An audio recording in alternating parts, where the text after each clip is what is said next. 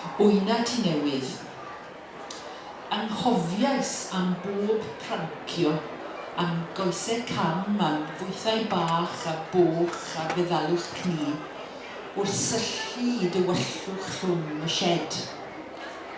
Roedd mi'n ymrath y gwynt o'r garn bica, enw mynydd ar top y cwmni o garn bica. Roedd mi'n ymrath y gwynt o'r garn bica, a blas gwaed mamog arall ar weflau'r mis bach. Cefais weld ei gwaddol, gwylio gwisgo'r bychan mewn cot estron a'i roi i'w rwto'i hun ar famaeth anfoddog.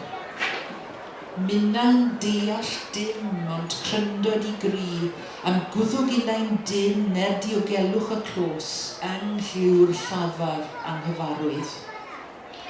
Ac yn ieithrwch croeso i cegin dros swper na allwn i stymogi, a'r sgwrs yn tinciel rhwng y llestri mewn seiniau na fedrwn i dal.